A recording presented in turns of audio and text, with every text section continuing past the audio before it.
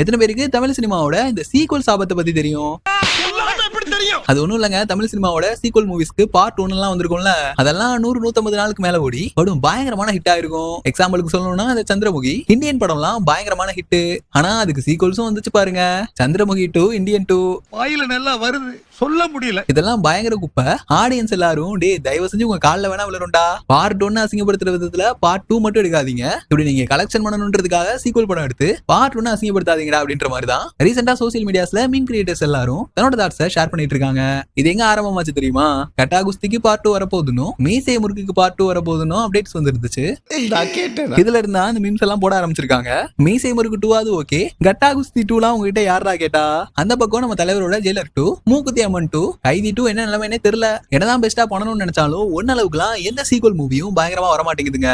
ஆனா என் தலைவன் தாண்டா காஞ்சனா 1, காஞ்சனா 2, காஞ்சனா 3ன்னு சுட்டவடையே சுட்டு ஒரு பிரான்சைஸை பில்ட் பண்ணி வச்சிட்டான். பல்லே ஆலியா நீ, வியாபாரமே ஆவாத ஓட்ட தக்காளி எல்லாம் வியாபாரம் பண்ற. தலைவனை பார்த்தாங்க கத்துக்கணும்.